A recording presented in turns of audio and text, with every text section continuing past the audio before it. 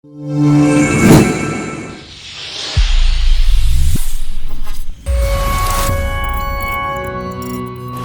everyone, this is Ummera Fathima from igniteias pursuing intermediate first year MEC.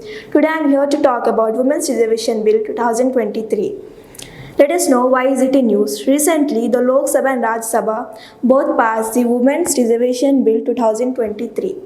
It is also known as 128 Constitution Amendment Bill or Nari Shakti Vandan Adhiniyam. The bill reserves one-third of the seats in Lok Sabha, state assemblies and the Delhi Assembly. Let us look at its background. The bill was first introduced during the tenure of former Prime Minister Sri Atal Bihari Vajpayee in the year 1996. As the then government lacked a majority, the bill couldn't have been approved.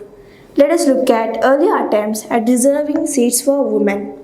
In the year 1996, first women reservation bill was introduced.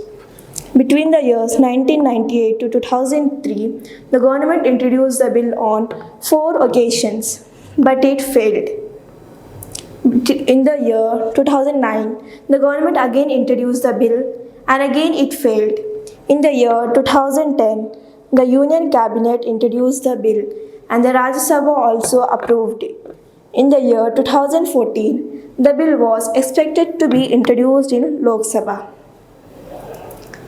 Let us look at its key features.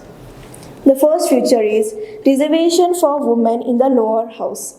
The bill provides inserting Article 330A to the Constitution, which borrows the provisions of Article 330, which provides reservation of seats to SCs and STs in the Lok Sabha. The second feature is reservation of women in the state legislative assemblies.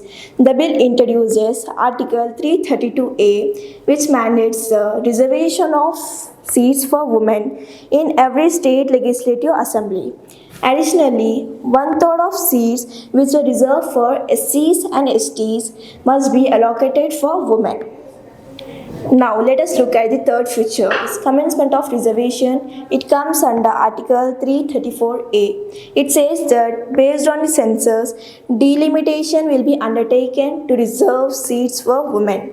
The reservation will be provided for a period of 15 years. However, it shall be extended. The fourth and last feature is rotation of seats. Seats reserved for women will be rotated after each delimitation as determined by a law made by Parliament.